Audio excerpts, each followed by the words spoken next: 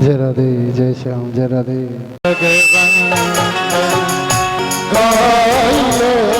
गणपति जगवंदन गाइए, गणपति जगवंदन गाइए, गणपति जगवंदन।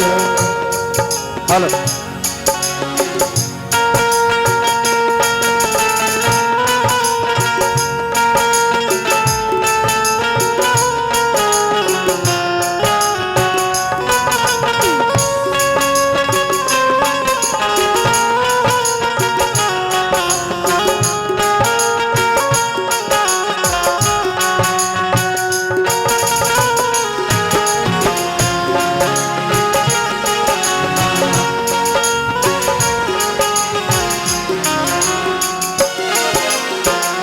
मोदक प्रिय मुद मंगलदाता, मोदक प्रिय मुद मंगलदाता, मोदक प्रिय मुद मंगलदाता, मोदक प्रिय मुद मंगलदाता, विद्यावारिध बोध विधाता,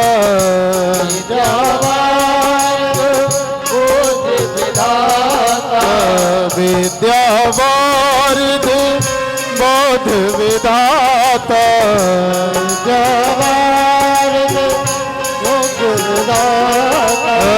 गाइए गणपति जगवंदन, गाइए गणपति जगवंदन, गाइए गणपति जगवंदन, गाइए गणपति जगवंदन।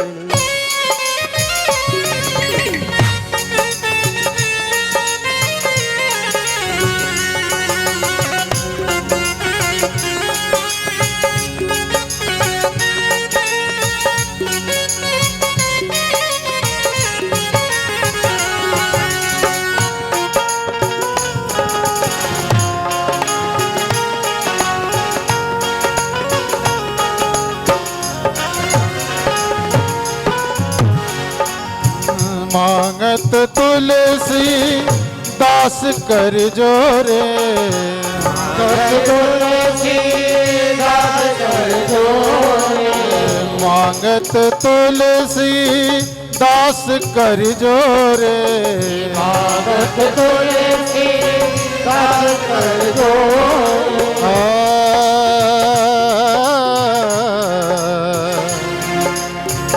तुलसी तुलसी सब कहे,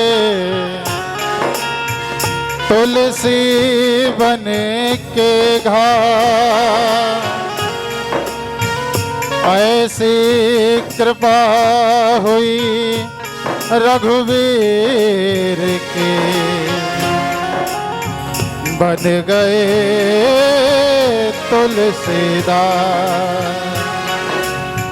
मांगत तुलसी दास कर जोरे, मांगत तुलसी दास कर जोरे, बस ही राम सिया मानस मोरे, बस ही राम सिया मानस मोरे, बस ही राम सिया मानस मोरे, बस ही राम गाइए गणपति जगवंदन, गाइए गाइए गणपति जगवंदन, गाइए गणपति जगवंदन, गाइए गणपति जगवंदन, गाइए गणपति जगवंदन, गाइए गणपति जगवंदन, गाइए गणपति जगवंदन, गाइए गणपति जगवंदन। बोलिए गणेश भगवान की जय हो। श्री वेद व्यास जी महाराज की जय हो। श्री व्यास जी महाराज की जय हो। श्री हनुमान जी महाराज। जय हो। तो आइए सभी भक्तगण हनुमान चालीसा का पाठ करते हुए हमारे आर्गन वाले भैया हनुमान चालीसा पढ़ेंगे। बड़ा ही सुंदर गाते हैं। हनुमान जी की बड़ी कृपा है इन पर। जय राधे जय राधे। श्री गुरु चरण सरोज रज निज मन मुकुर सुधार बरनौ रघुवर विमल जसो जो दायक फल चार बुद्धहीन तनु जान के सुमिरो पवन कुमार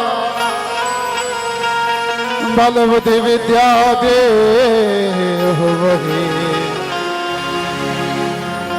हरहु कलेश विकार। बोलिए हनुमान जी महाराज की जय। तो आइए प्रारंभ करते हैं हनुमान चालीसा। जय हनुमान ज्ञान गुण सागर जय कपीस लोक उजागर रामदूत नित बलधामा अंजन पुत्र पवन सुत नामा महावीर विक्रम बजरंगी कुमति निवार सुमति के संगी कंचन वरण विराज सुवेशा कानन कुंडल कुंदित केसा हाथ ध्वज और ध्वजा विराज कांधे भोज साज शंकर सुवन केसरी नंदन तेज प्रताप महाजगवंदन विद्यावान गुणी अति चातुर राम काज करबे को आतुर प्रभु चरित्र सुन देह कौन सिया राम लखन सीता वन बसिया सूक्ष्म रूप धरि सिंह दिखावा विकट रूप धरि लंक जरावा भीम रूप धरि असुर सवार रामचंद्र जी के काज सवारे लाए संजीवन लखन जियाए श्री रघुवीर हर सिर लाए रघुपत कीनी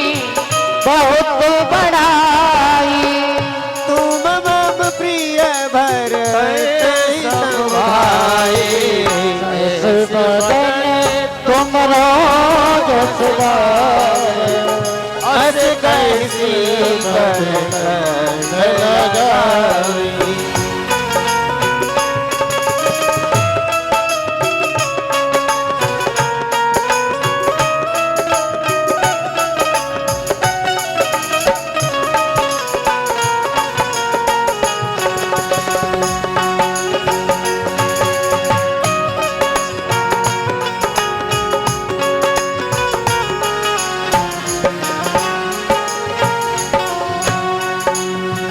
सनकादिका महादे मुनीसा नारद सारद सहित अहिसा यम कुबेर दिग पाल जाते कभी खोज गए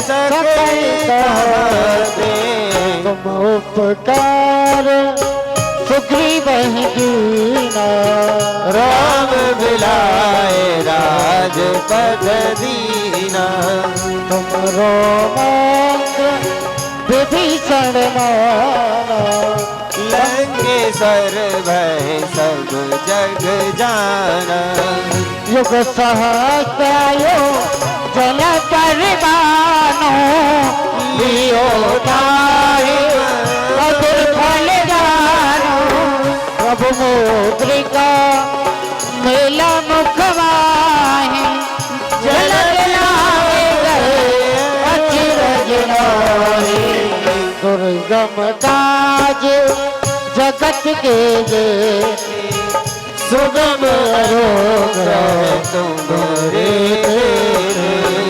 राम दुआरे तुम रखवारे, होत राजा बिनु पैसारे, सब सुख लहे तुम्हारी शरणा, तुम्हारा शरणा को डरना, अपन तेज समारो आप, तीनों लोग हाँकते गावे, भूत पिशाच निकट नहीं आवे, महावीर जब नाम सुनावे, नाथ रोग हरे सब पीड़ा, जपत निरंतर हनुमत वीरा, कटते हनुमान छुड़ावे,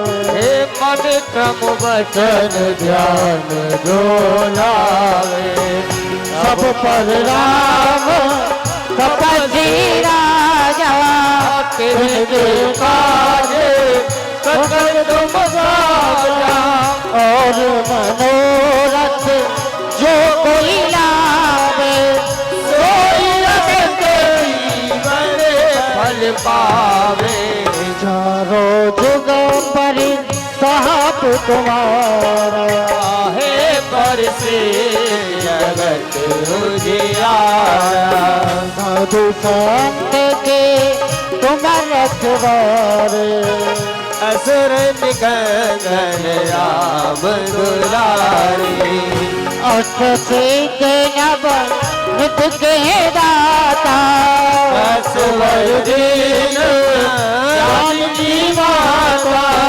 राम रसायन तुम्हारे पासा, सदा रहो रघुपति के दासा, तुम्हारे भजन राम को पावे, जन्म जन्म के दुख विसरावे, अंत काल रघुवर पुर जाए, जहाँ जन्म हरि भक्त कहाई, और देवता चित्त न धराई, हनुमत से सर्व सुख करई,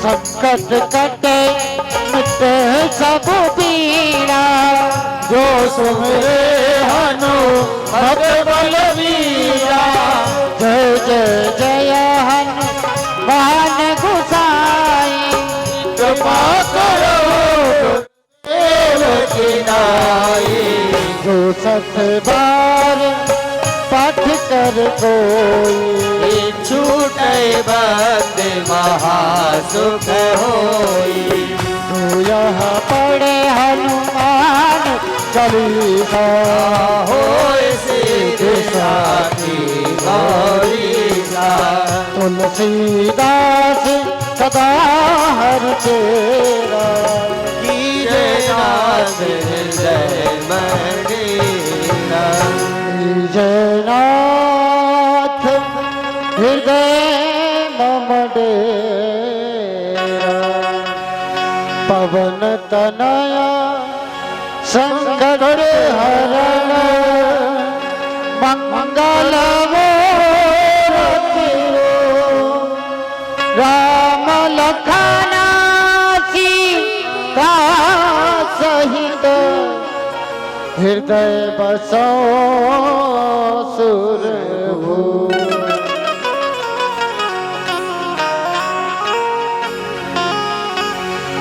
उमापति महादेव की जय हो, सियापति रामचंद्र की जय हो, पवन सुत हनुमान की जय हो।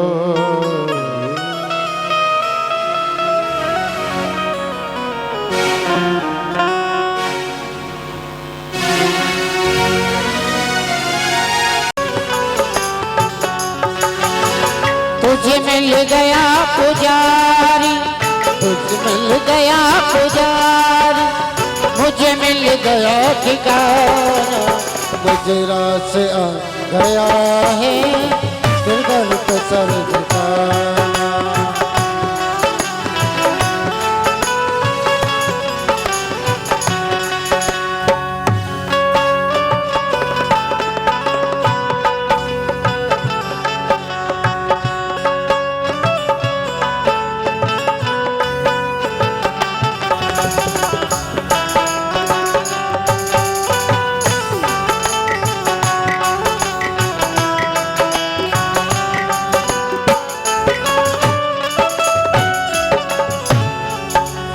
तेरी बंदगी से पहले मुझको मैं जानता था, तेरी बंदगी से पहले मुझको जानता ओ तेरी बंदगी से पहले मुझको मैं जानता था, तेरी बंदगी से पहले मुझे कौन जानता था।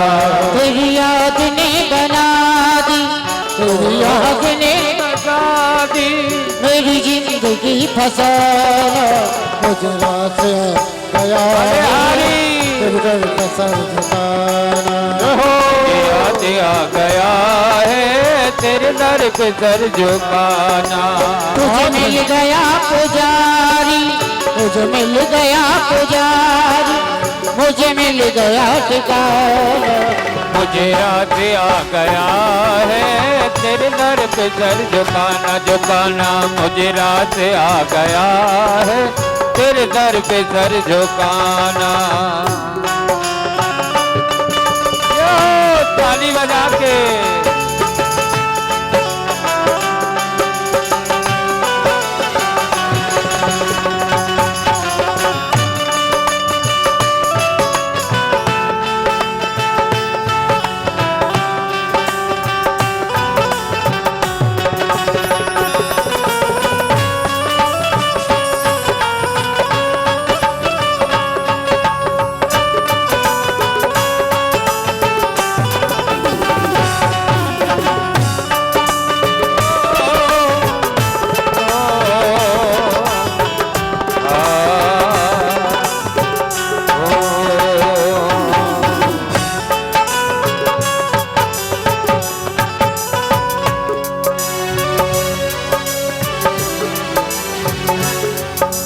मुझे इसका गम नहीं है कि बदल गया जमाना, मुझे इसका गम नहीं है कि बदल गया जमाना।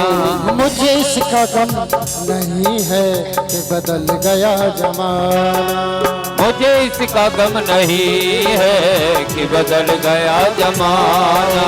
मेरी जिंदगी के मालिक, मेरी जिंदगी के मालिक, कहीं तुम बदल न जाना। मुझे राज आ गया है तेरे दर पे सर झुकाना झुकाना। मुझे राज आ गया है तेरे दर पे सर झुकाना।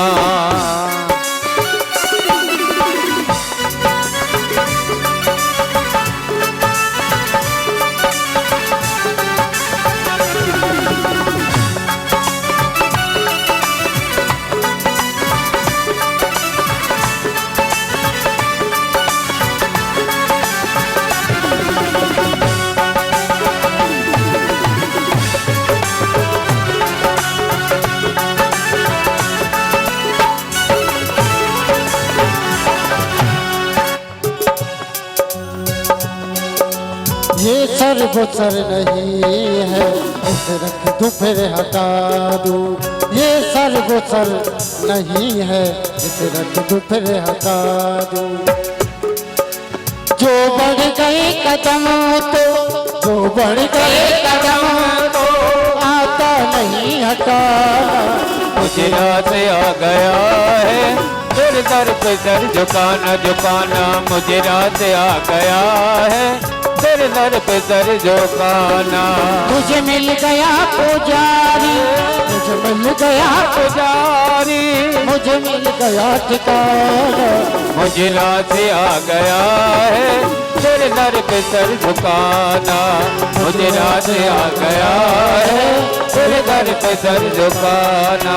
मुझे रात आ गया है तेरे दर पे सर झुकाना। मुझे रात आ गया है तेरे दर पे सर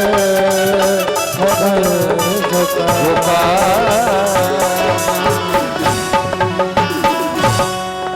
बोलो श्यामत रामचंद्र चंद्र महाराज की जय। जय हो। मेरा मुल जाने को डाल डाल और पात पे श्री राधे राधे हो। तो हमारे बीच में पूज्य गुरुदेव पधार रहे हैं। जो भी भक्त बैठे हैं सभी खड़े हो जाएं और पूज्य गुरुदेव का स्वागत करें।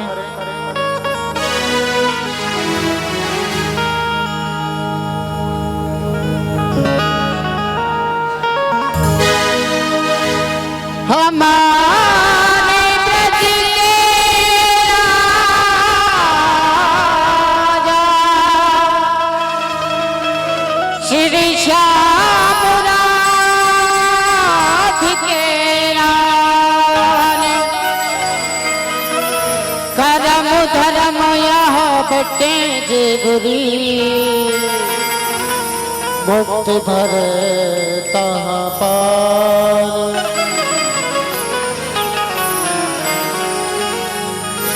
चारों वेद बखान करें, संत मुनि जिनके मन मान। यमुना यमदूतन तरत है, प्रभु तारत है श्री राधिके रानी।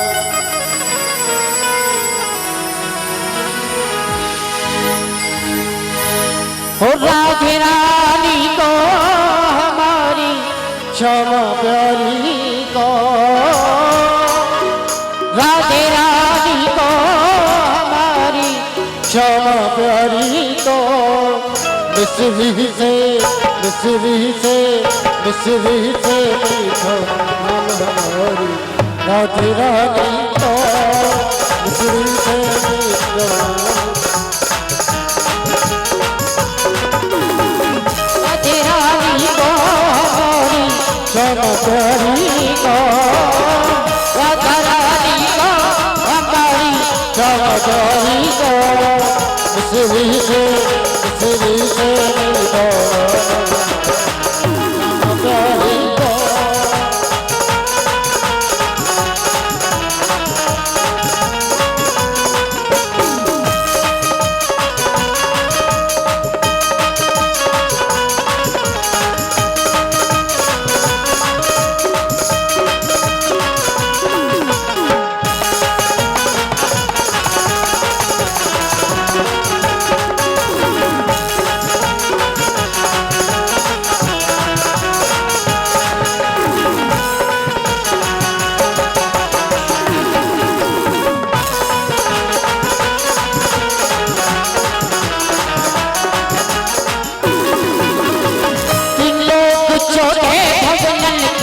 सावन राधे जो लोक चौदह भवनों के स्वामी राधे जो लोक चौदह सब नन की दामन राधे जो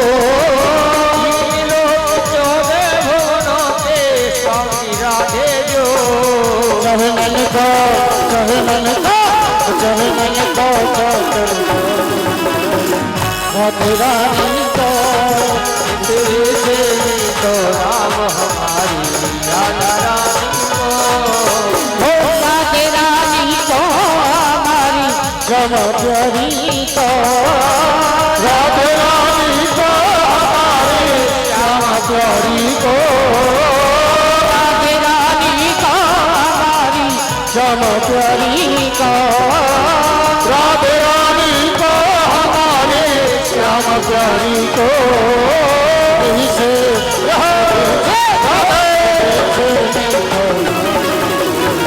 राधे रानी को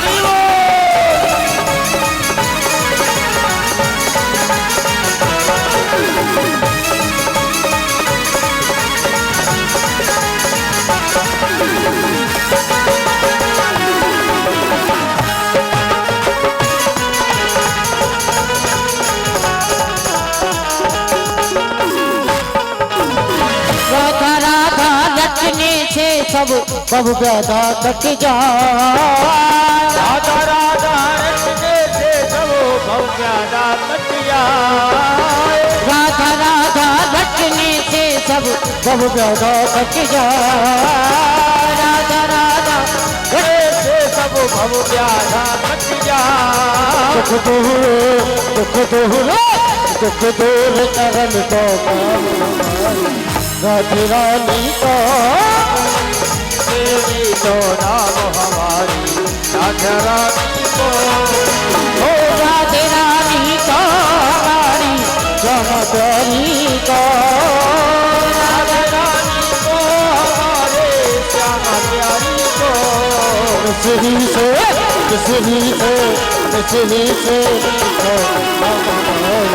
राधा रानी को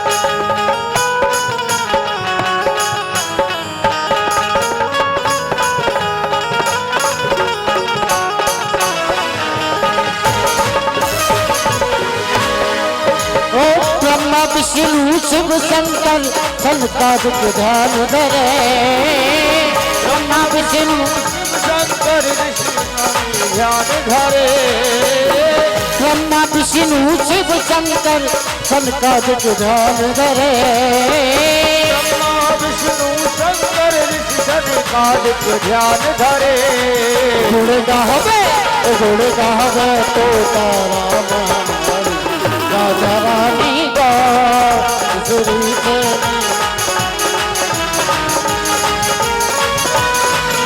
हो राधे रानी को हमारी श्याम प्यारी को राधे रानी को हमारे श्याम प्यारी को श्री से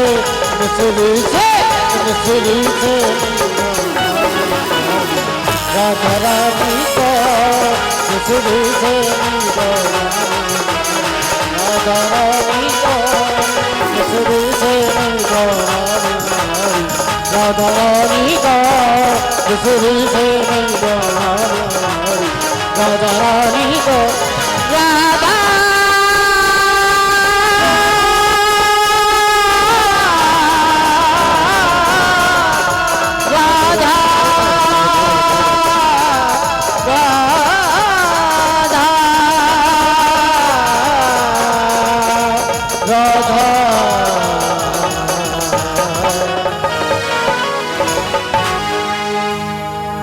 बोलो शिव बद्रन तुसिया पी की आरती श्री रामायण जी की कीरत कलत ललित सियावी गावत ब्रह्म दिका मुनि नारद आवत ब्रह्मादिक मुनि नारद वाल्मीकि कवि ज्ञान विशारद वाल्मीकि कवि ज्ञान विशारद सुख सनकाद शिष अरु शारद सुख सनकाद शिष और शारद वरण पवन सुत कीरतनी की आरत श्री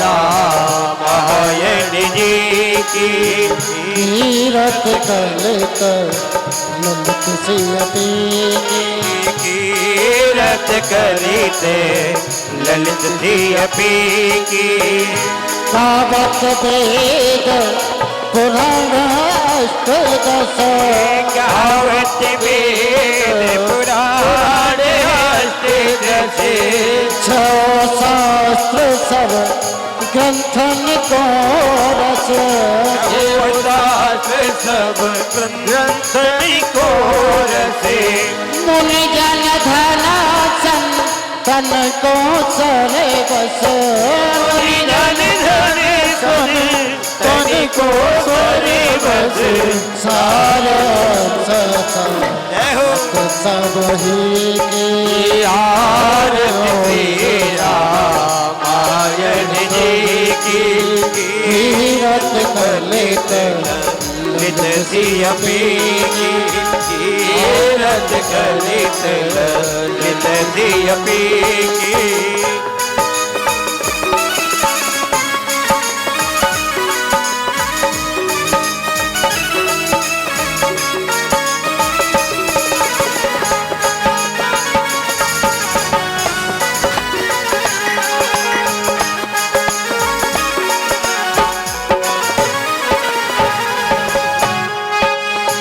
गावत शांत शंभु भवानी गावत संत शंभु भवानी अरे घट साबब मुन बेजानी घट संभव मुनि विज्ञानी प्यास आते सब बयज बखानी आदि कवि भज बखानी नागव सोड गरुड़ के ही आरत श्री रामायण जी की कीरत कलित ललित सियती की कीरत कलित ललित सियपी की कलमल हरण विषय रस फीकी कलिमल हरण विषय रस फीकी सुबह का श्रृंगार युक्त युवती की सुभग सिंगार मुक्त जुवती की कलन रोग भव मुझे अमुई की लोग भव मोयमी की नाद नाद सब तुलसी की आरत श्री रामायण जी की कीरत कलित सियती कीरत कलित ललित सियपी की आरती श्री रामायण जी की कीरत कलित ललित सियपी की कीरत कलित ललित सियती की कीरत कलित ललित सियपी की भरपूर गौरम करुणावतारम संसार सारम भुजगेन्द्रहारम सदा वसंतम विद्यारविंदे भवा भवानी सहितं नमामि त्वमेव माता पिता त्वमेव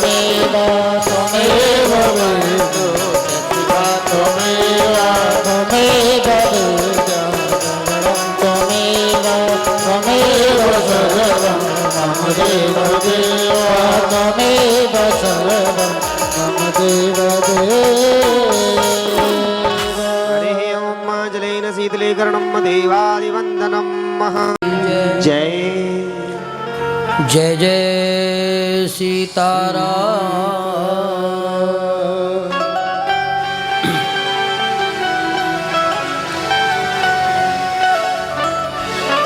मंगलम भगवान विष्णु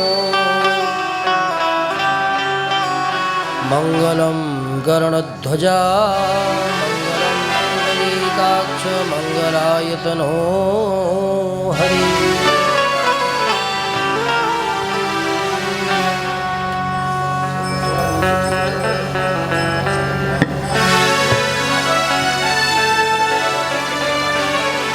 हरिः ओम्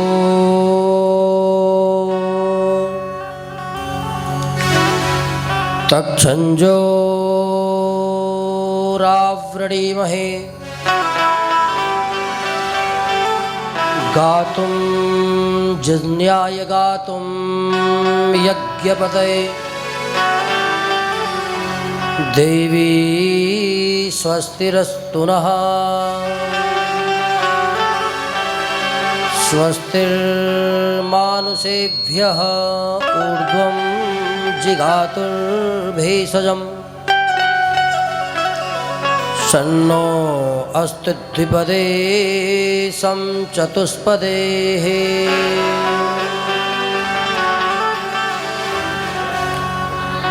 आपदामपहर्तारं दातारं सर्वसम्पदाम् लोकाभिरामं श्रीरामं भूयो भूयो नमाम्यहम्। रामाय रामभद्राय रामचन्द्राय वेधसे रघुनाथाय नाथाय सीताया पतये नमः।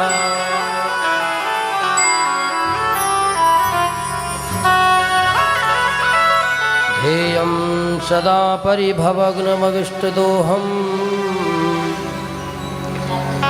तीर्थास्पदं शिवविरञ्चिनुतं शरण्यम्।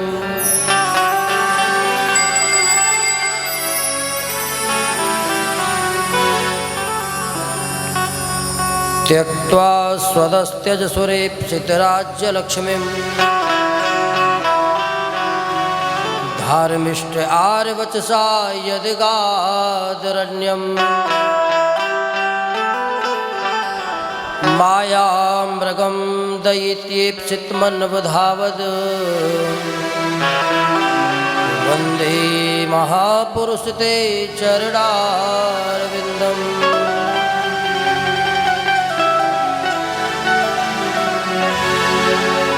नारायणं नमस्कृत्य नरं चैव नरोत्तमं देवीं सरस्वतीं व्यासं ततो जयमुदीरयेत।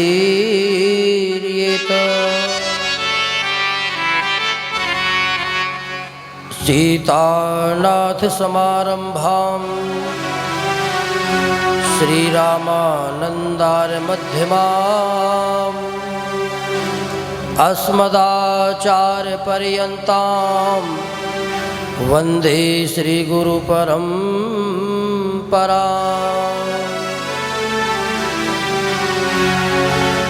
गौराङ्गमरसमयं नित्यं रसाचार्यरसोत्सुकम् श्रीरामहर्षणदेवाख्यं सद्गुरुं प्रणमाम्यहम्।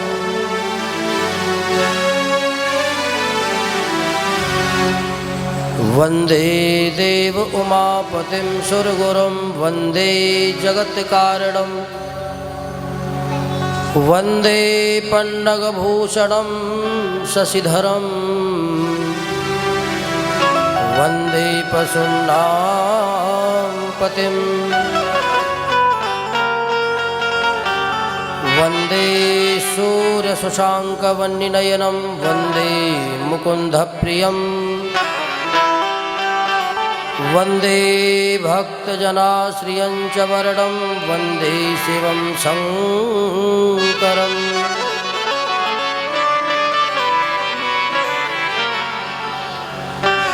श्रीधरं श्रीधरं वन्दे श्रीधरैकपरायणं यस्यैव श्रीप्रसादेन श्रीधरेयं कृता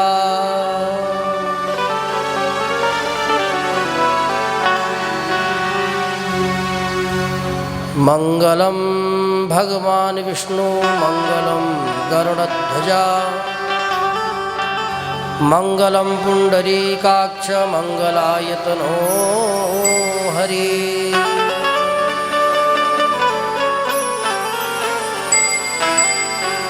पवन तनय संकट हरन मंगल मूर्ति रूप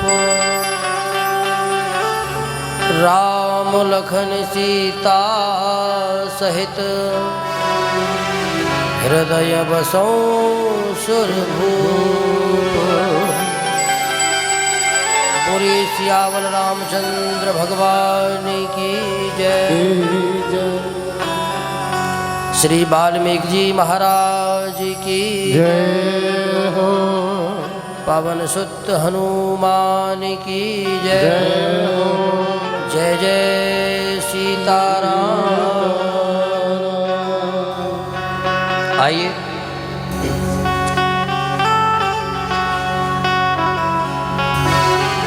परात्म परमेश्वर अखंड ब्रह्मांड के नायक युगल दंपति श्री सीताराम चंद्र जी महाराज के सानिध्य में अनंत बलवंत श्री हनुमंत जी महाराज के आशीर्वाद से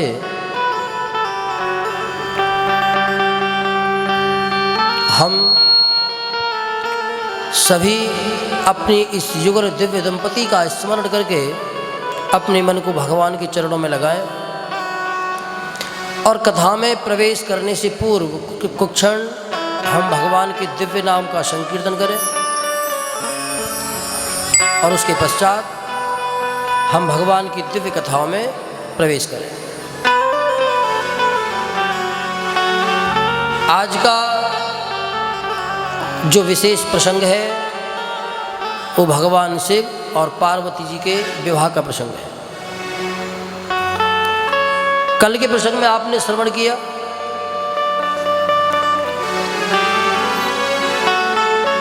कि भगवान शिव की जो नित्य हैं जिनका नाम सती है उन्होंने अपराध किया, भगवान के प्रति संदेह का भाव रखा।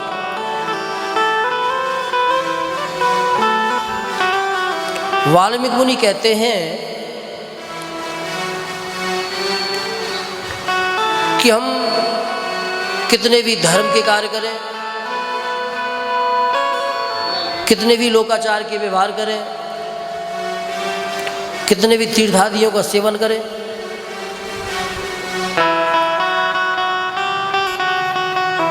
लेकिन शास्त्रों की सानिध्य प्राप्त करने के साथ साथ भी अगर परमात्मा के प्रति संदेह का भाव हमारे मन में रहता है तो वो कहीं ना कहीं अपराध के रूप में प्रकट हो ही जाता है, जैसे कि वाल्मीकि जी की, जैसे कि भगवती सती के साथ हुआ।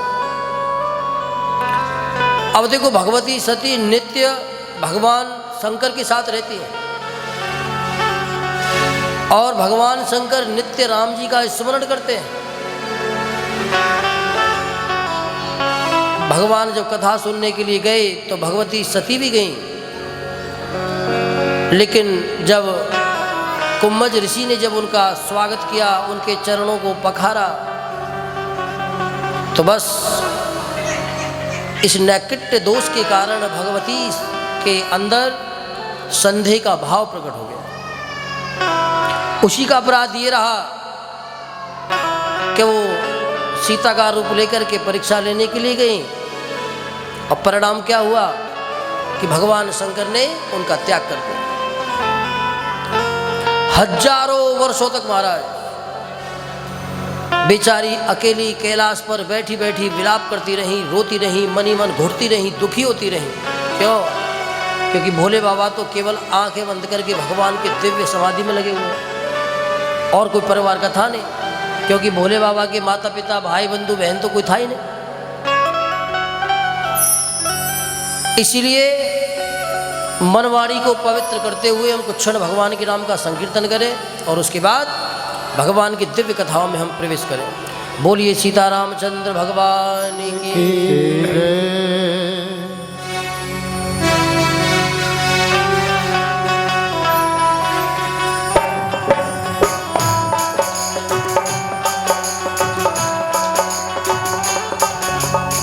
श्री राम जय राम जय जय राम। श्री राम जय राम जय जय राम। श्री राम जय राम जय जय राम। श्री राम जय राम जय जय राम। श्री राम जय राम जय जय राम।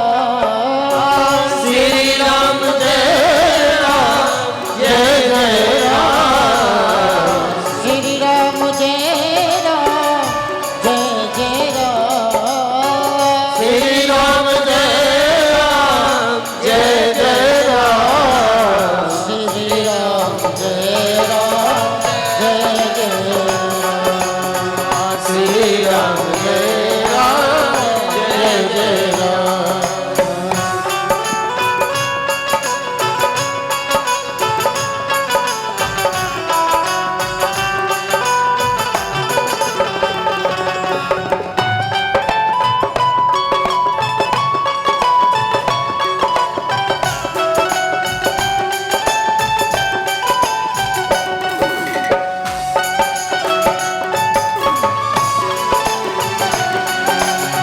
श्री राम जय राम जय जय राम। श्री राम जय राम जय जय राम।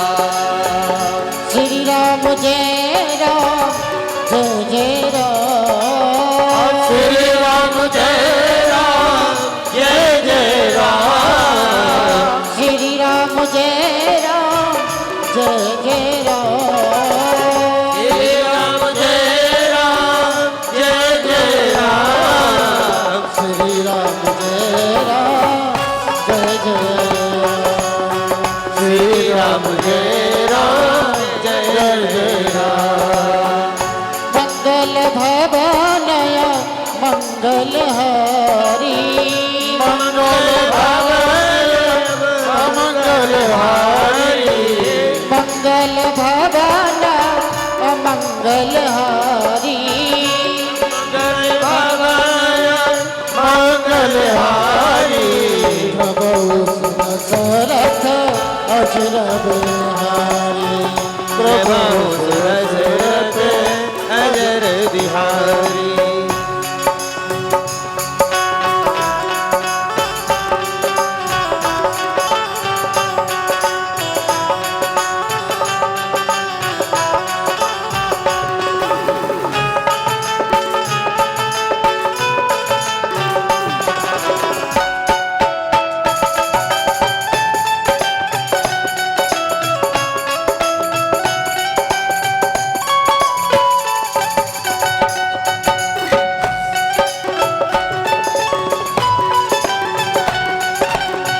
श्री राम जय राम जय जय राम।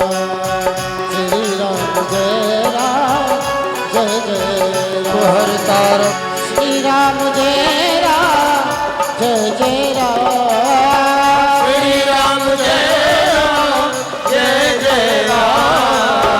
श्री राम जय राम जय जय राम। श्री राम जय राम जय जय राम। जय राम जय जय राम। श्री राम जय राम जय जय राम। श्री राम जय राम जय जय राम। श्री राम जय राम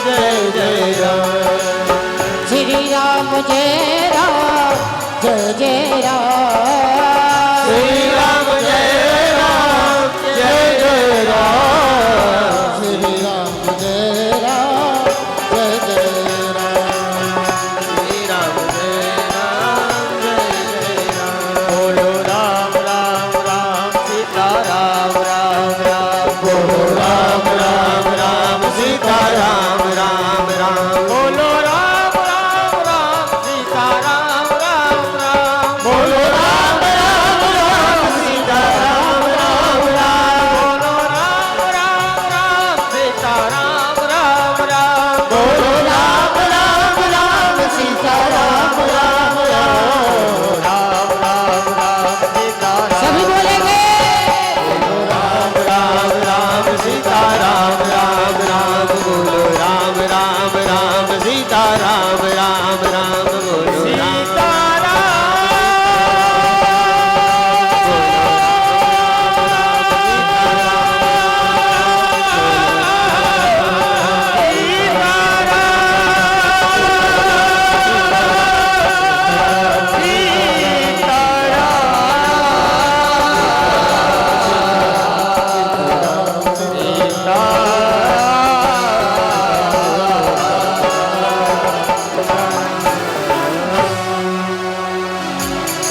बोलिए श्यामत रामचंद्र जी महाराज की जय। भगवान श्री सीताराम जी का स्मरण करके प्रसंग में प्रवेश करें। कल हमने सुना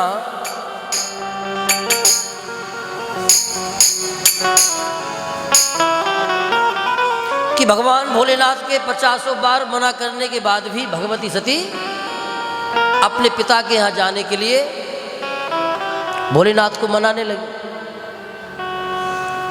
भोले बाबा ने बार बार मना किया कि देवी, अपना कोई कितना भी घनिष्ठ संबंधी क्यों ना हो, लेकिन उन इन स्थानों पर बिना बुलाए नहीं जाना चाहिए।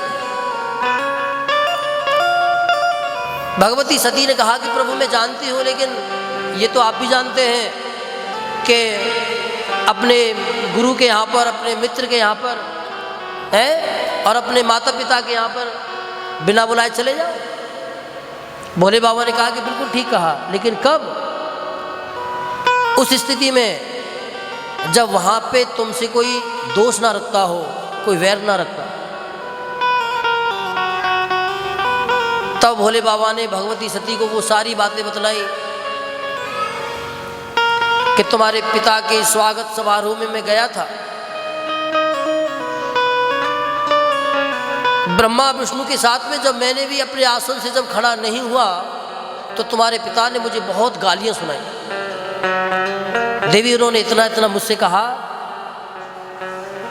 कि अगर आज भी मैं उन बातों का स्मरण करता हूं तो मुझे बड़ा दुख होता। भांति भांति प्रकार से भगवान भोलेनाथ ने समझाया, लेकिन भगवती सती के समझ में नहीं आया।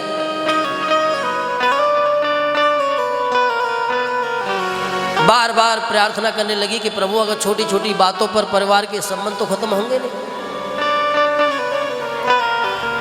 अगर उनसे कोई गलती हो गई है तो मुझे जाने की आज्ञा दो, मैं उनको जाऊंगी, उनसे पूछूंगी भाई क्या बात हो गई, उनको मनाऊंगी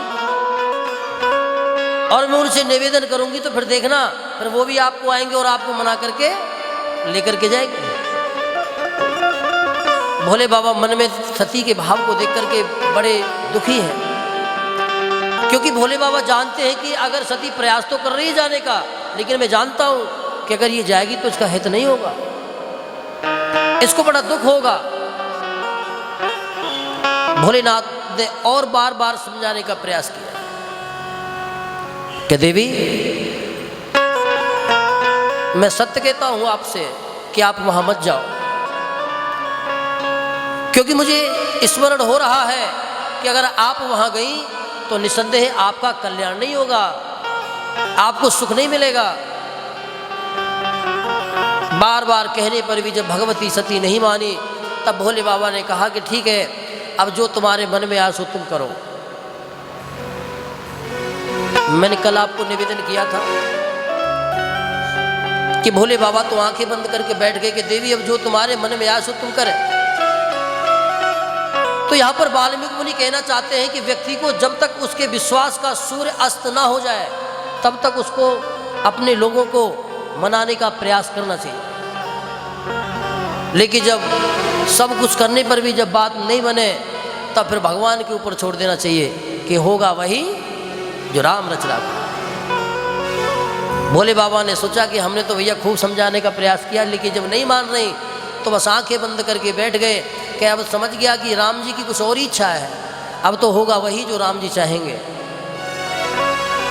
भगवती सती निवेदन करने लगी कि प्रभु मैं जा रही हूँ। भोले बाबा कुछ बोले ही नहीं। भोले बाबा आंखें बंद करके बैठे हुए हैं। भगवती सती कहती है कि प्रभु मैं जा रही हूँ। भोले बाबा फिर भी कुछ नहीं बोले। आखिरकार भगवती सती ने प्रणाम किया और कहा कि प्रभु तो फिर मैं जा ही रही। एक दो बार तो भगवती सती ने पुनः आकर के मनाने का प्रयास किया। मैंने कल आपको बताया था, निवेदन किया था।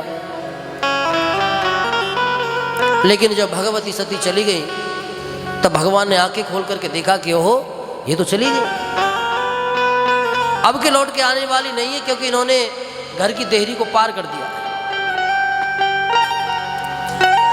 अपने नंदी भृंगी आदि जो भगवान के गढ़ थे उनसे कहा कि भैया जाओ और देखो इनको आदर से सम्मान सेवा पहुंचा करके आओ। अब भगवान के जितने भी गढ़ हैं सब दौड़े दौड़े जाते हैं कि मैया मैया अब हम भी तुम्हारे साथ चलेंगे। कहाँ जा रहे हो? मैया ने कहा कि भाई मैं अपने पिता के यहाँ जा रही हूँ, बहुत विशाल यज्ञ है मेरे पिता ने किया है, चलो तुम्हारे मन में हो तो तुम भी चलो। कि हाँ हम भी चलेंगे हम भी चलेंगे। कि ठीक है चलो। नंदी कहने लगी कि मैया हमारे जैसे पुत्रों का होना मर जाना ही व्यर्थ है, जो हमारे रहते हुए तुम पैदल चलोगी। एक काम करो कि आप हमारी पीठ पर बैठ जाओ। तो नंदी की सवारी करके भगवती सती अपने पिता के यज्ञ में जाती हैं।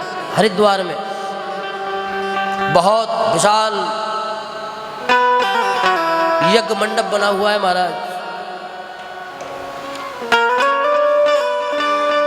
मुनि भृगु को उस यज्ञ का आचार्य बनाया गया है।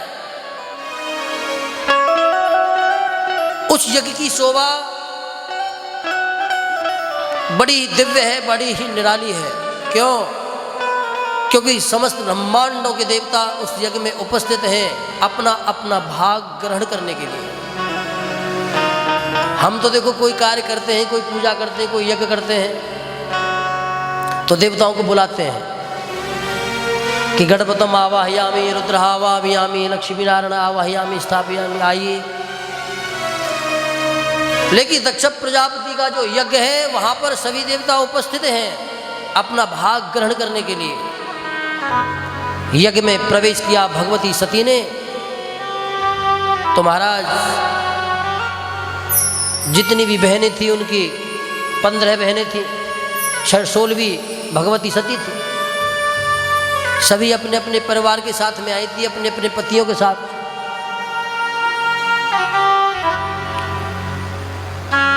भगवती सती को जब देखा तो उनकी बहन कहने लगी कि अरे सती तू आ गई, बहुत अच्छी बात। जब हमको मालूम पड़ा कि पिताजी ने तुम्हें निमंत्रण नहीं दिया कि भैया मुझे तो बहुत बुरा लगा, लेकिन कोई बात नहीं, अपने घर तो बिना बुलाए भी आ जाते हैं। तू बिना बुलाए आ गई है तो दुखी मत होना। जब ये बातें बार बार भगवती सती ने से कही तो भगवती को बड़ा बुरा लगा। मन में कल्पना करने लगी कि मुझे इनसे कुछ नहीं लेना, क्योंकि ये दूसरे घर की है। जैसे मैं पराई हूं इस घर के लिए ये भी पराई ही है, लेकिन मुझे तो अपने पिता से मिलना है। पिता तो उस समय वहां मौजूद थे नहीं, यज्ञशाला के दूसरे भाव में थे। उनको तलाश करती करती आखिरकार भगवती सती गृह मंडप में प्रवेश कर गई। वहां पर उनकी मां प्रसूति है। इतने विशाल कार्यक्रम में अगर सती के ना आने का दोष अगर किसी को है, दुख किसी को है, तो वो केवल सती की मां प्रसूति है। मन में कल्पना करती हैं कि इतना बड़ा यज्ञ हो रहा है और हमारी बेटी और हमारे दामाद आए नहीं। बड़ा दुख हुआ, लेकिन क्या करें, सोच ही रही थी तब तक ही सती प्रवेश कर जाती।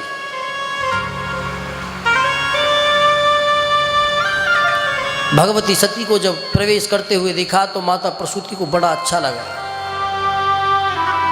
और दौड़ करके अपनी पुत्री सती को अपने अंक में भर लिया। भगवती सती भी खूब रोई, माँ प्रसूति भी खूब रोई। जब माँ से जब गले मिल गई तो फिर पुनः भगवती सती को स्मरण आया कि आखिर क्या हुआ ऐसा जो मेरे पिता ने मुझे त्याग दिया। मेरी माँ तो मुझसे बड़ा प्रेम करते थे, मेरे पिता भी मुझसे प्रेम करते थे, आखिर क्या हुआ जो मुझे त्याग दिया। अब ये तो पिता से मिलकर के ही मालूम पड़ेगा।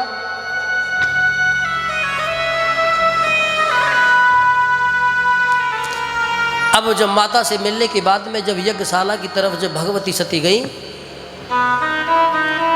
तो जब दक्ष ने देखा कि बेटी सती आ रही है तो महाराज बेटी को देख करके मुंह मोड़ करके खड़े हो गए। भगवती सती को ये व्यवहार बहुत बुरा लगा। फिर मन में विचार किया कि कोई बात नहीं, पिता हैं, पिता अगर डांट भी दें, कुछ शब्द बोल भी दें तो भी बच्चों को बुरा नहीं मानना चाहिए। वाल्मीकि मुनि कहते हैं कि तल्लांगुलम रोम विसिंचितम दक्ष प्रजापति इवोर गवम छ। दक्ष प्रजापति भगवती सती की ओर पीट करके खड़े हो गए, पीट करके। भगवती सती को बुरा लगा लेकिन क्रोध के घूंट को पी गई। पिता के पास जब जा रही थी तो बीच में ही यज्ञशाला थी। जाते जाते जब यज्ञशाला की ओर दृष्टि गई तो भगवती सती को बड़ा आश्चर्य हुआ महाराज। उस यज्ञशाला में समस्त ब्रह्मांड के देवताओं के अपने अपने अलग अलग भाग बने हुए थे, लेकिन देवादिदेव महादेव का उस यज्ञशाला में कोई भाग नहीं। अब तो इसको देख करके भगवती सती क्रोध में भर गई महाराज, क्योंकि पतिव्रता स्त्री अपना अपमान सह सकती है लेकिन अपने पति का अपमान वो कदापि नहीं सह सकती। आंखें लाल हो गई महाराज। सूर्यताम ब्रह्मरस्यो में दिग्जनिता सुनहा पूर्वम यश ब्रह्मांड योगानाम मृत्युदेव परायण। भागवत में सुखदेव जी महाराज कहते हैं कि परीक्षित, उस समय भगवती सती को देख करके ऐसा प्रतीत होता था कि वो अपने नेत्रों की ज्वाला से समस्त ब्रह्मांडों को नष्ट कर देंगे। जब यज्ञशाला के स्वरूप में जब उन्होंने अपने देवादिदेव पति का जब भाव नहीं देखा तो दुखी हो गई और क्रोध में भर करके दक्ष प्रजापति को ललकारने लगे। अरे मूढ़ दक्ष, क्या तुम नहीं जानते कि बड़े से बड़े यज्ञ में भी अगर देवादिदेव महादेव का कोई भाग नहीं होता तो वो यज्ञ कभी पूरा नहीं होता। किस आचार्य ने तुमको ये शिक्षा दी? वास्तविकता तो यह है कि जिन्होंने तुमको ये शिक्षा दी है कि वो तुम्हारा कभी हित चाहते ही नहीं है। अगर तुम्हारा वो हित चाहते तो भगवान रुद्र से, देवादिदेव महादेव से वैर रखने की प्रेरणा वो तुम्हें देते ही नहीं। आज मुझे वास्तव में बड़ा दुख हुआ है। मेरे पति ने मुझसे यहाँ पर आने के लिए बार बार मना किया था कि सती तो मत जाओ, लेकिन मैं तुम्हारे प्रेम के आविर्भूत होकर के यहाँ पर फिर भी चली आई। आज मुझे सबसे ज्यादा दुख तो इस बात का हुआ है कि मैं तुम्हारी पुत्री हूं, क्योंकि भगवान शंकर मेरे पति हैं, मैं उनके चरणों की दासी हूं और मेरा जन्म एक शिवद्रोही के द्वारा हुआ है। जो शिव से द्रोह रखता है उसके द्वारा हुआ है। बार बार उन्होंने समझाया था लेकिन मैंने माना नहीं। अगर मैं आज लौट करके गई उनके पास तो मुझसे कहेंगे कि आओ दक्ष कुमारी, तो तब मैं उनको क्या जवाब दूंगा? यज्ञशाला में बैठे हुए जितने भी देवता हैं महाराज, सबको ललकार करके कहने लगी कि अरे देवताओं, मूढ़ हो, जब बार बार जब तुम्हारे ऊपर संकट आया है तो देवादिदेव महादेव ने तुम्हारी रक्षा की है, और आज तुम उनसे ही विमुख होकर के तुम अपने अपने भागों को ग्रहण करने आ गए। शिव की अनुपस्थिति में तुमने यहां पर आने का अपराध किया है, इसका परिणाम तुम्हें भोगना ही पड़ेगा। जब भगवती सती ने ऐसा कहा, जब देवताओं से कहने लगी, यज्ञ के आचार्यों से कहने लगी, तब दक्ष प्रजापति क्रोधित हो गए। दक्ष प्रजापति ने कहा कि अरे पहले तो तुम ये बताओ कि तुमको यहां पर बुलाया किसने है? तुम यहां पर बिना बुलाए आई हो, मैंने तो तुम्हें निमंत्रण नहीं दिया। अपराध तो मेरा था जो मैंने उस नगन अमंगल वेशधारी शंकर को तुम्हारा पाणिग्रह संस्कार दिया। भगवान शंकर के बारे में बहुत बुरा बुरा जब कहने लगा तो भगवती सती ने अपने कान बंद कर दिए, क्योंकि शास्त्र कहता है कि महाराज, पति की निंदा को सुनना नहीं चाहिए। अगर कोई तुम्हारे सामने तुम्हारे पति की निंदा करे, या तो उसकी जिह्वा को काट लो, या फिर अपने कानों को बंद करके उस स्थान से निकल जाओ, क्योंकि सुनने वाला और कहने वाला दोनों ही अपराधी होते। भगवती सती ने अपने कानों को बंद कर लिया और देवताओं के सहित दक्ष प्रजापति को ललकार करके कहा कि बस, नेत्र लाल हो गए महाराज। दक्ष प्रजापति को खूब खूब सुनाया भगवती सती ने, और सभी को साक्षी मान करके कहने लगी कि देवताओं, मेरी बात को सत्य समझना कि मैंने अपने कानों से शिव निंदा को सुना है, तो इसीलिए मैं इस शरीर को रखूंगी नहीं। लेकिन आप लोगों ने भी अपने आसनों पर बैठ करके शिव की निंदा को सुना है, तुम देखना इसका परिणाम भी तुमको भोगना पड़ेगा। इतना कहते ही बिना देरी किए भगवती सती एक दिव्य आसन पर बैठ गई महाराज, और भगवान शंकर के चरणों का स्मरण किया कि प्रभु, मैं आपकी दासी हूं। आपने बार बार मुझसे मना किया था, लेकिन फिर भी मैं नहीं मानी, और आपके वचनों का पालन ना करके मैं इस यज्ञशाला में आई, मेरा अपमान हुआ। आपने बिल्कुल ठीक कहा था। अब तो महाराज के मैं अब इस देह का त्याग करती हूँ और आपके चरणों में निवेदन करती हूँ कि फिर पुनः जब भी मेरा जन्म अवतरित हो तो मुझे अपने चरणों की दासी बना। इतना कहकर के भगवती सती ने अपने दाएं पैर के अंगूठे से योगाग्नि के बल पर अग्नि को प्रकट किया, और महाराज देखते ही देखते भगवती सती का शरीर जलने लगा। किसी ने उनको रोकने का प्रयास नहीं किया। माता प्रसूति को बड़ा दुख हुआ, और भगवती सती तत्क्षण ही अपने देह को छोड़ करके दिव्य रूप से भगवान रुद्र के चरणों में समर्पित हो गए। बोलिए सती महारानी की जय। भगवती सती जब सती हो गई, उधर नारद जी ने दौड़ करके भोले बाबा को पूरी सूचना दे दी कि महाराज ऐसे ऐसे घटना घटी है। यज्ञ के जो आचार्य हैं, जो देवता बैठे हुए हैं, उनके मन में बड़ा दुख हुआ। मन में कल्पना करने लगे कि अब ये यज्ञ पूरा नहीं होगा। दक्ष प्रजापति को भी कुछ देवता उल्टा सीधा कहने लगे कि अरे मूर्ख, तेरी बेटी तेरे सामने आंखों के सामने जल गई, लेकिन तूने रोकने का प्रयास भी नहीं किया। उल्टा बुरा कह करके कुछ देवता तो उस यज्ञशाला को छोड़ करके चले गए। कुछ देवता तो उस समय ही चले गए थे जब वो यज्ञ प्रारंभ भी नहीं हुआ था। जब उन्होंने देखा कि रुद्र का स्थान नहीं है तो पहले ही चले गए थे। वो समझते थे कि यहाँ पर रुद्र का स्थान नहीं है तो यज्ञ पूरा होगा ही नहीं। और कुछ देवता अब छोड़ करके चले गए। नारद जी ने जाकर के जब सारी बात महादेव को बतलाई तो महादेव क्रोध में आ गए। महाराज, वो तो कालम महाकाल कालम कृपालम, वो तो कालों की भी काल है। तुरंत अपने आसन से खड़े हुए और अपनी जटा को लेकर के शिला पर दे माला, और उससे एक दिव्य पुरुष प्रकट हुआ। वयम वयम ते भोर भद्रम ते, के हे भद्र हे वीर तेरा कल्याण हो, और उसका नाम वीरभद्र हो गया महाराज। कि प्रभु क्या आज्ञा है कि दक्षम च यज्ञम जही, जाओ और दक्ष को यज्ञ के साथ नष्ट कर दो। करोड़ों के भूत गणों पिशाचों की सेना को लेकर के वीरभद्र कनखल की ओर आते हैं। देवताओं को संदेह हुआ तो देवता इधर उधर भागने लगे। देखते ही देखते महाराज मध्याह्न काल में भी चारों तरफ अंधेरा छा गया, तीव्र तीव्र हवा चलने लगी। देवता समझ गए कि भैया अब कोई संकट होने वाला है।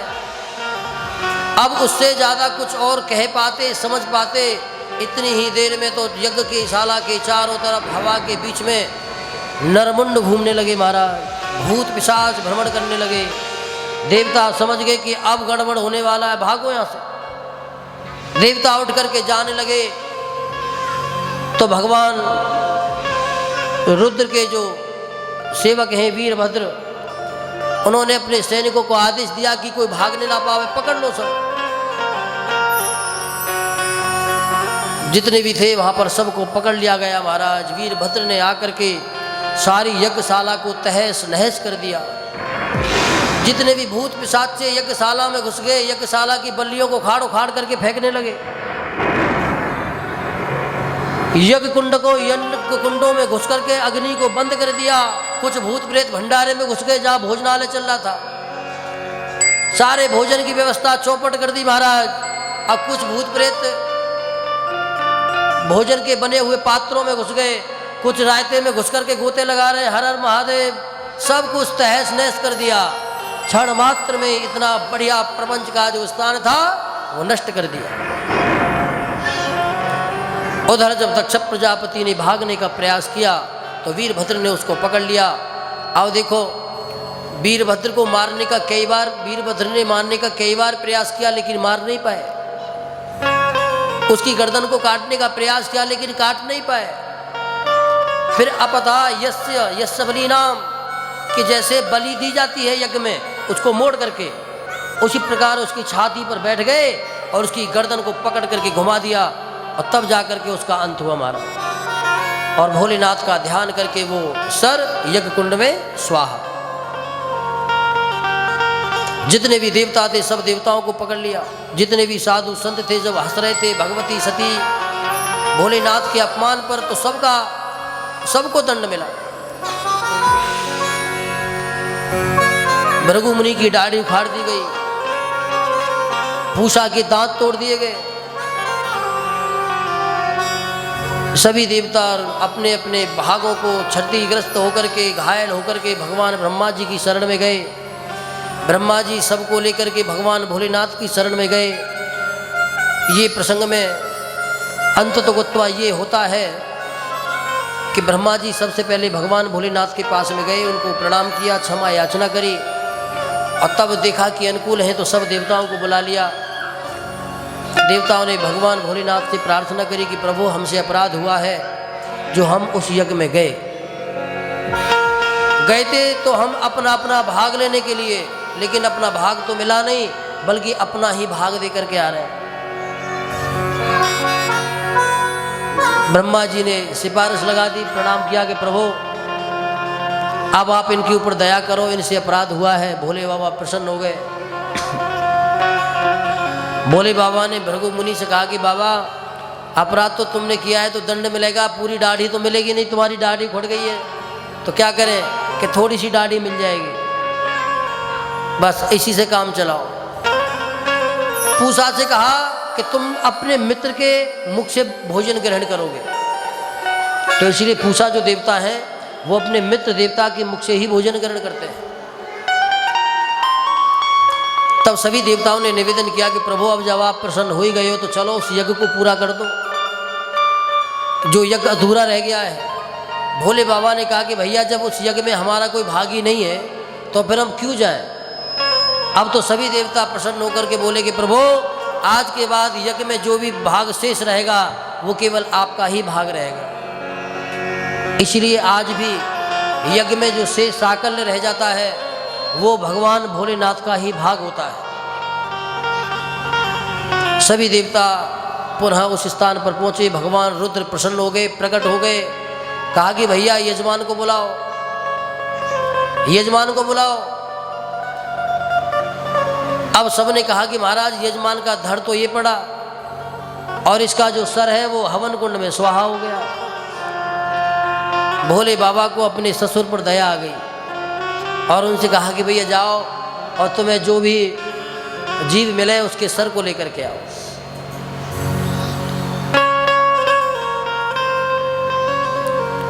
दक्ष प्रजापति को बकरे का सर लगाया गया। महाराज भगवान की कृपा से वो जीवित हो उठे। भोले बाबा की जब महिमा को दक्ष प्रजापति ने जाना, जब अपना अपराध बोध हुआ कि मुझसे अपराध हुआ है, तो आंखों में आंसू लेकर के भोले बाबा के चरणों में गिर पड़ा कि प्रभु मुझसे अपराध हुआ है। भोले बाबा को दया आ गई और प्रसन्न हो गए। महाराज उस यज्ञ को भगवान ने पूर्ण किया। उसके बाद दक्ष प्रजापति को हालांकि उस शरीर से दोष तो लगी गया था, फिर उन्होंने उस शरीर का त्याग कर दिया और पुनः फिर वो प्रचेताओं के पुत्र होकर के जन्मे। उस समय भी उनका नाम दक्ष ही था। अब के तो 16 कन्याएं का हुआ। अब वो प्रसंग भागवत में आता है, इस प्रसंग को नहीं जोड़ना चाहिए कि जब दक्ष प्रजापति ने जब अपने शरीर को त्याग दिया तो फिर दोबारा जन्म इनका प्रचेताओं के पुत्रों के रूप में हुआ। उनका विवाह हुआ वृक्षों की पुत्री वार्ची के साथ, जिनके यहाँ पर 10,000 पुत्रों ने जन्म लिया और नारद जी की कृपा से, नारद जी के मंत्र से वो 10,000 पुत्र सन्यासी बन गए। फिर उसके बाद में 1,000 पुत्रों को और जन्म दिया। नारद जी ने उनको भी महात्मा बना दिया। अब तो दक्ष प्रजापति क्रोधित हो गए। ये प्रसंग अलग है। तो इस प्रकार याज्ञवल्क्य मुनि भरद्वाज मुनि को ये प्रसंग सुनाते हुए कहते हैं कि ऋषि कुमार, इस प्रकार भगवती सती ने अपने प्राणों का त्याग कर दिया और भगवान शंकर का स्मरण करके बोला कि हे प्रभु, अब इस दासी की सेवा आपके चरणों में केवल इतनी ही थी।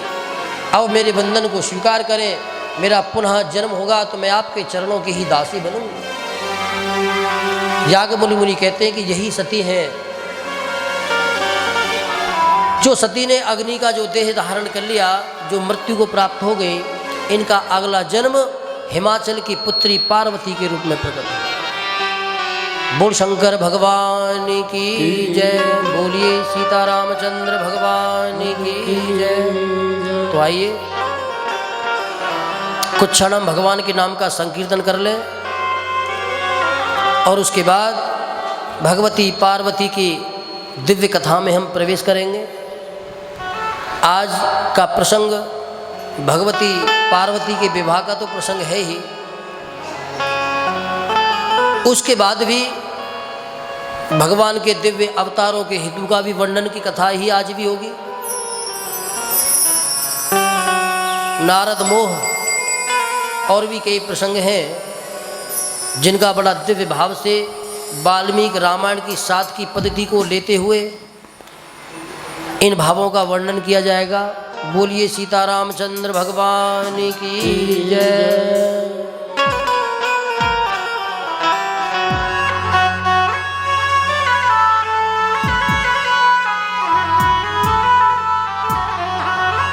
हरे राजा राम हरे रघुनंदन जय सिया राम हरे सिया राम हरे राजा राम हरे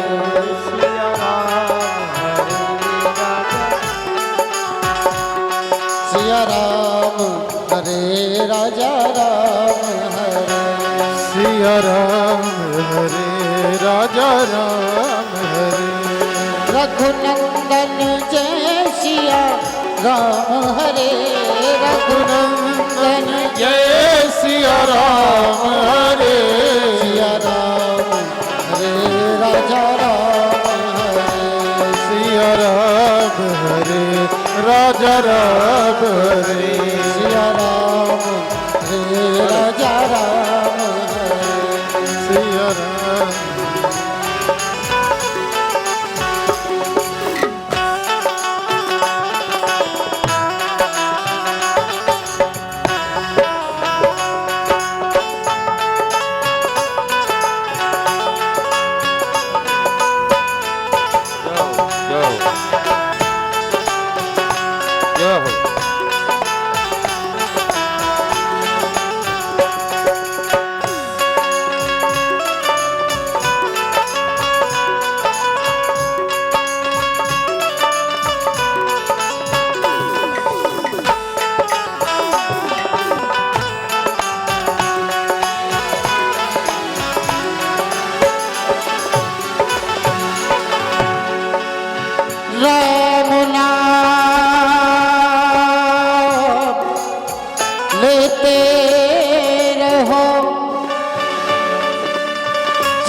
तक घट में प्राण का बहुत दीन दयाल के बनत पड़ेगी हरे राम राम राम हरे हरे हरे राम राम राम हरे हरे हरे कृष्णा कृष्णा कृष्णा हरे हरे हरे कृष्णा कृष्णा कृष्णा हरे हरे हरे राम राम राम हरे हरे हरे राम राम हरे हरे हरे कृष्णा कृष्णा कृष्णा हरे हरे हरे कृष्णा कृष्णा कृष्णा हरे हरे हरे राम राम हरे हरे हरे कृष्ण जय राम राम जय जब तक रहेगी जिंदगी जब तक रहेगी जिंदगी फुर्सत न होगी काम से कुछ समय ऐसा निकालो प्रेम कर लो राम से हरे राम राम राम हरे हरे हरे राम राम राम हरे हरे हरे कृष्णा कृष्णा कृष्णा हरे हरे हरे कृष्णा कृष्णा कृष्णा हरे हरे हरे राम राम हरे हरे हरे राम राम राम हरे हरे हरे कृष्णा कृष्णा कृष्णा हरे कृष्णा कृष्णा कृष्णा हरे हरे हरे राम राम हरे राम राम हरे हरे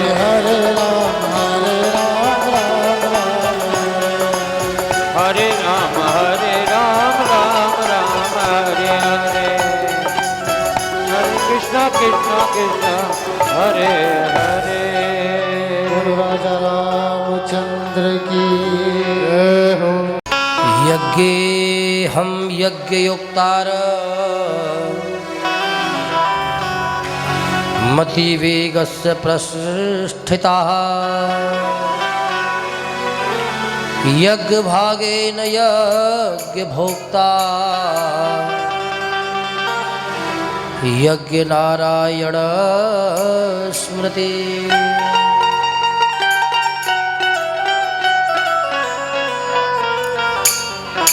यहाँ पर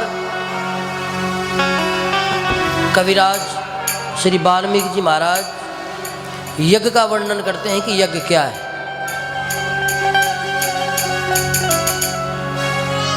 मुनि वाल्मीकि कहते हैं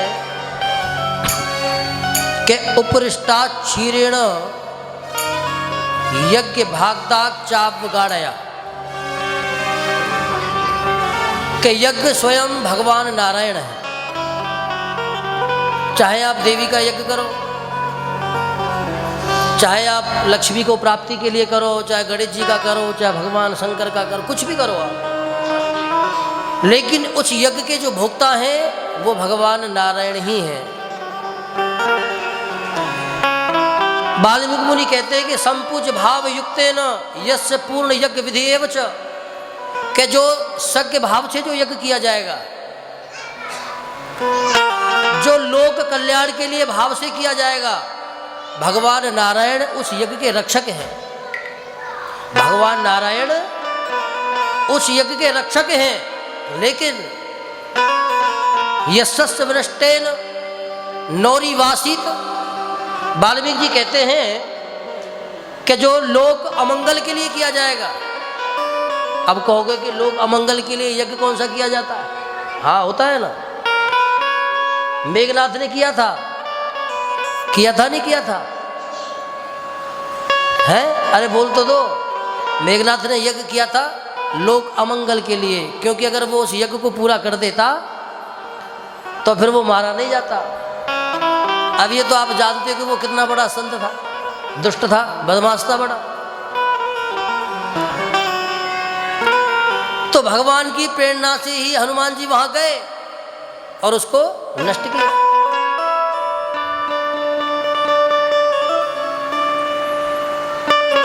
लेकिन जो लोक मंगल के लिए जो यज्ञ होता है, उसके जो रक्षक होते हैं, उसके जो भोक्ता होते हैं, वो नारायण ही होते हैं।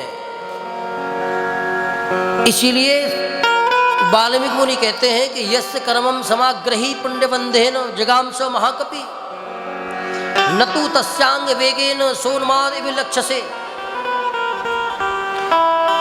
के सांसारिक कामनाओं का त्याग करके भगवान के चरणों में श्रद्धा रख करके व्यक्ति को यज्ञ की दीक्षा ग्रहण करनी चाहिए। और जब शुद्ध भाव से और शास्त्र विधि के आधार पर जब उस यज्ञ को पूरा करेगा तो उसके मन की इच्छित कामनाओं की भी पूर्ति हो जाएगी और भगवान स्वयं उस यज्ञ की रक्षा करेंगे और वो यज्ञ पूरा हो जाएगा।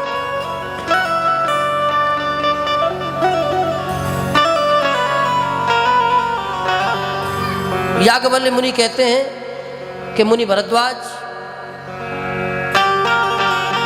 संसार के व्यक्ति का धर्म केवल यही है महाराज कि वो नित्य निरंतर भगवान सीताराम जी के युगल दिव्य दंपति के भाव को अपने हृदय में रखे, क्योंकि भगवान का जो नाम है महाराज वो सकल जीव मात्र का कल्याण करने के लिए। पहले समय में क्या होता था कि पहले के समय में लोग अपने पुत्रों का नाम भगवान के नाम पे रखा करते थे। देखो, नाम का भी बड़ा महत्व होता है महाराज। हम क्या नाम रख रहे हैं, क्या उसका नाम है, कम से कम उसका अर्थ तो हमको मालूम होना चाहिए। एक बच्चे का नाम था आमिष। अब जौन सा नाम अच्छा लगता है तुम उसको रख लेते हो, जौन सा नया नाम दिखाई दिया बस उसी पर नाम को रख लिया। अब किसी ने आमिष शब्द समझ में आया तो उस बच्चे का नाम आमिष रख दिया। किसी ने पूछा कि भैया इसका मतलब क्या है, कि महाराज इसका मतलब तो पता नहीं है। तो जब मालूम पड़ा कि उस अक्षर का नाम क्या था, आमिष का मतलब है मांस। पहले समय में यही होता था कि लोग भगवान के नामों पर अपने बच्चों के नाम रखते थे। देवी प्रसाद, राम प्रसाद, मोहन प्रसाद। तो एक तो नाम की महिमा होती थी और दूसरा ये भी आभास होता था कि भाई भगवान राम की कृपा से इस बच्चे का जन्म हुआ है, इसलिए इसका नाम राम प्रसाद है। और इसका कारण ये भी था कि पहले लोग ज़्यादा पूजा पाठ तो करते नहीं थे। आजकल तो देख लो आप कितना चल रहा है। पूरे दिन बेचारे व्यस्त रहते थे और दिन में 2-4 बार भी हमारे सामने ही राम अवतार जी बैठे हुए हैं, इनका भी नाम राम अवतार है। तो ये भी बड़ा अच्छा है, दिन में 2-4 बार अगर नाम का उच्चारण किया जाए। कल मैंने आपको बताया था कि यवन हराम नाम ते तर गए हैं। यवन जो था वो हराम नाम से ही कहने से तर गया। क्यों? क्योंकि हराम में पीछे राम आया। तो नाम का बड़ा महत्व है महाराज। दिन में 2-4 बार भी लेंगे तो भगवान उसका कल्याण करेंगे। अजामिल की कथा तो आप सभी ने सुनी। भागवत के 7वें स्कंद का प्रसंग है अजामिल का। संतों के कहने से गड़का के अंतिम पुत्र का नाम नारायण रख लिया महाराज। अब घर में या तो सबसे छोटा हो या फिर सबसे बड़ा हो, माता पिता को वही प्रिय होता है। अब सबसे छोटा था तो जब भी अजामिल घर में आता कि बेटा नारायण, बेटा नारायण, बेटा नारायण, बेटा नारायण, दिन में कई बार नारायण का उच्चारण करता। जीवन में अपराध तो उसने किए थे, दूसरे गरीब लोगों को लूटा था। कभी पहले तो वो ब्राह्मण ही था भाई, लेकिन जब से वो गड़का के संग में लग गया, संगति का प्रभाव तो बड़ा बुरा होता है। अभी कथा आएगी राजा प्रताप भानु की, उसी प्रसंग को बाद में छेड़ेंगे। तो अजामिल ने अपराध तो किए थे, लेकिन उसके अंदर एक सद्गुण था, क्या? कि वो अपने नारायण बेटे से प्रेम बहुत करता था, इसीलिए दिन में कई बार उसका नाम लेता था। मृत्यु का जब समय आया तो महाराज मृत्यु की सैया पर लेटा हुआ है। जीवन भर जो गलत कर्म किए थे, शरीर बिल्कुल निर्जर हो गया, अस्थियों जो इंद्रियां थी वो बिल्कुल निस्तेज हो गई।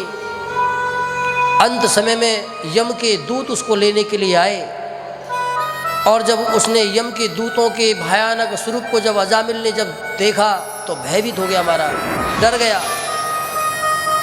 उनके भयानक रूप को देख करके अजामिल डर गया, चारों तरफ अपनी रक्षा करने के लिए इधर उधर हाथ मारने लगा कि कोई मेरी रक्षा करे, कोई मुझे बचाए, लेकिन कोई दिखाई नहीं दिया।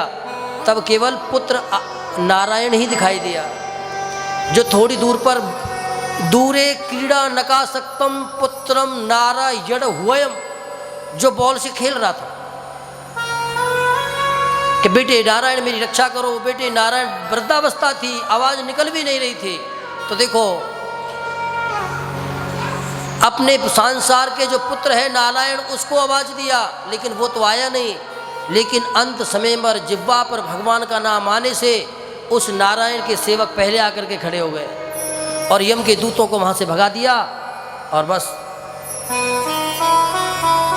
सब कुछ अपने अधिकार में ले लिया। यम के दूत कहते कि तुम यहाँ पे क्यों आ गए? कि हम इसलिए आ गए क्योंकि अंत समय में इसने हमारे भगवान का नाम लिया है। यम के दूत हंसते और कहते कि अरे भाई तुम्हारे भगवान का नाम नहीं लिया है, अपने बेटे का नाम लिया है। यम के दूत कहने लगे, भगवान के दूत के लिया होगा अपने बेटे का नाम, कि इसका बेटा तो 2-4 साल का है, और नारायण नाम तो अनादि है, अनंत समय से है, इसीलिए नाम की ये ही महिमा है महाराज। इसीलिए हम कुछ भी कार्य करें, हमें नित्य निरंतर भगवान के नाम का स्मरण करते रहना चाहिए। किसी भी परिस्थिति में रहें, किसी भी कार्य में रहें, लेकिन जब हम श्वास श्वास पर कृष्ण भजी और व्यथा श्वास जन कोय, और ना जाने या श्वास की आवन होए ना होए, सारे कार्य करते रहो। भगवान ने किसी भी पुस्तक में, किसी भी शास्त्र में, किसी भी वेद में भगवान ने ये नहीं कहा कि घर के कामों को छोड़ दो। भगवान ने कुछ भी नहीं कहा। भगवान ने केवल एक बात कही महाराज, कि आप कुछ भी कार्य कीजिए लेकिन भगवान का स्मरण बना करके रखें। घर में भोजन बना रहे हैं तो भी भगवान का स्मरण करते रहो, निंद्रा अगर नहीं आई है तो भी भगवान का स्मरण करते रहो, सारे काम करते रहो।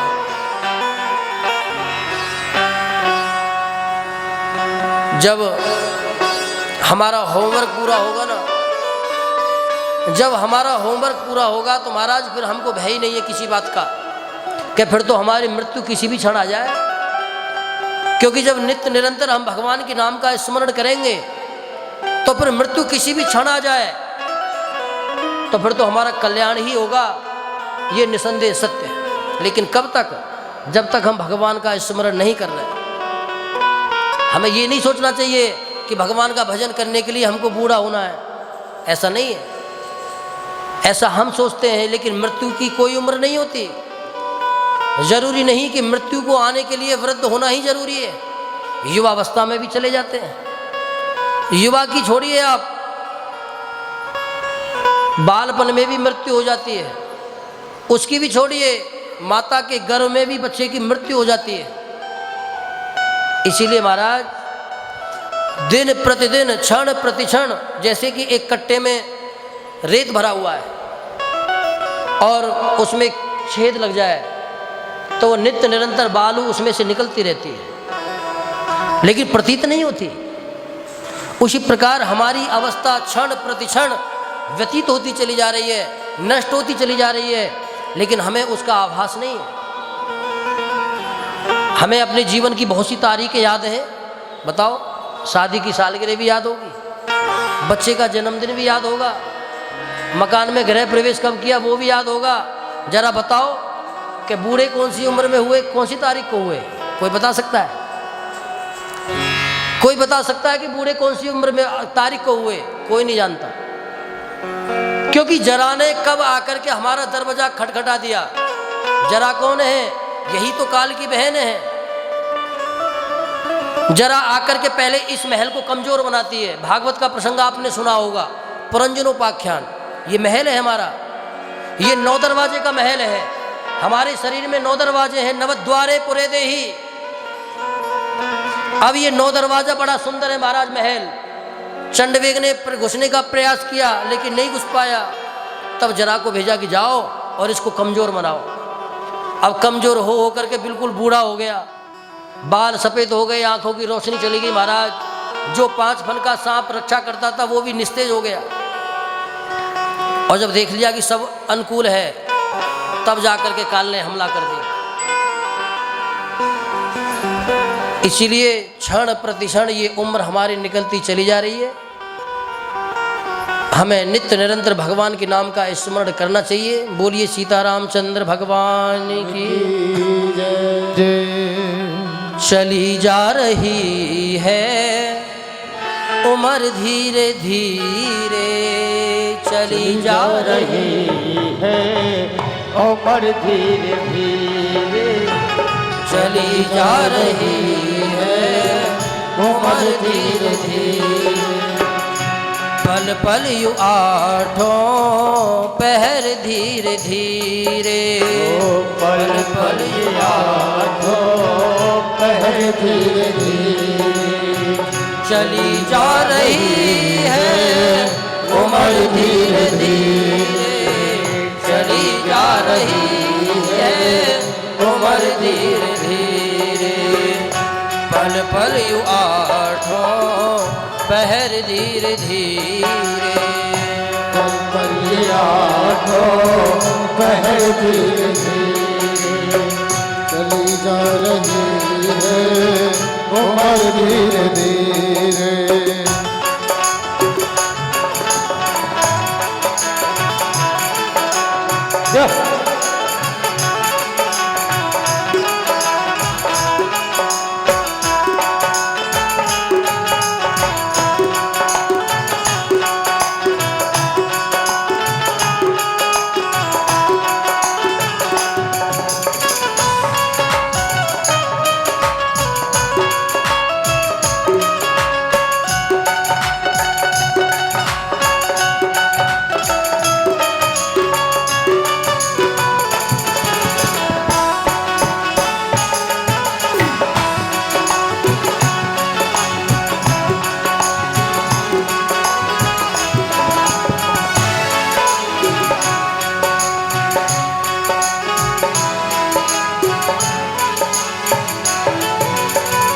बचपन भी जाए जवानी भी जाए, हो बचपन भी जाए जवानी भी जाए, बचपन भी जाए जवानी भी जाए, बचपन भी जाए जवानी भी जाए, बचपन भी जाए जवानी भी जाए, बचपन भी जाए जवानी भी आए।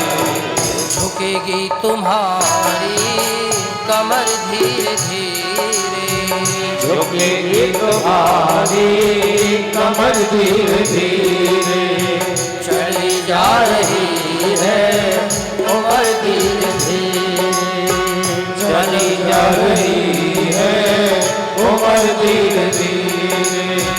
पल पल यू आठों पहर धीरे धीरे, पल पल आठों पहर धीरे धीरे, तेरे हाथ पाँव में बल ना रहेगा, तेरे हाथ पाँव में बल ना रहेगा, तेरे हाथ पाँव में बल ना रहेगा, तेरे हाथ पाँव में बल ना रहेगा, फिर बंद होगी नजर धीरे धीरे, झुकेगी तुम्हारी कमर धीरे धीरे, झुकेगी तुम्हारी कमर धीरे धीरे,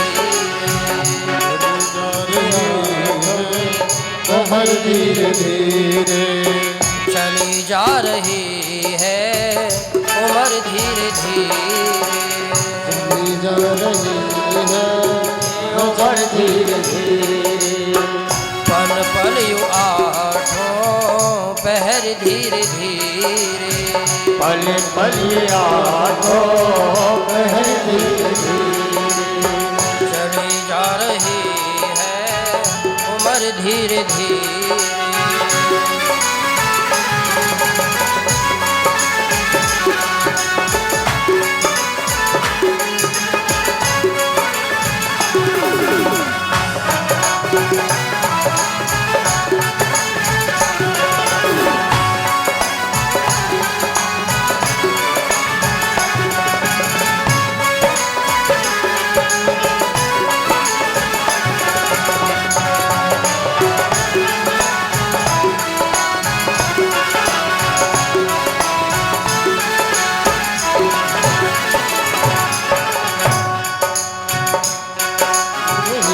उम्र धीरे धीरे शिथिल अंग होंगे सब एक दिन तुम्हारे शिथिल होंगे होंगे जब एक दिन तुम्हारे शिथिल अंग होंगे सब एक दिन तुम्हारे शिथिल अंग होंगे जब एक दिन तुम्हारे बुढ़ापे का होगा असर धीरे धीरे बुढ़ापे का होगा असर धीरे धीरे बुढ़ापे का होगा असर धीरे धीरे बुढ़ापे का होगा असर धीरे धीरे चली जा रही है उम्र धीरे धीरे चली जा रही है उम्र धीरे धीरे पल पल यू आठों पहर धीरे धीरे पल पल आठों पहर धीरे धीरे चली जा रही है उम्र धीरे धीरे जो करते रहोगे भजन धीरे धीरे करते रहोगे भजन धीरे धीरे जो करते रहोगे भजन धीरे धीरे जो करते रहोगे भजन धीरे धीरे मिल जाएगा वो सजन धीरे धीरे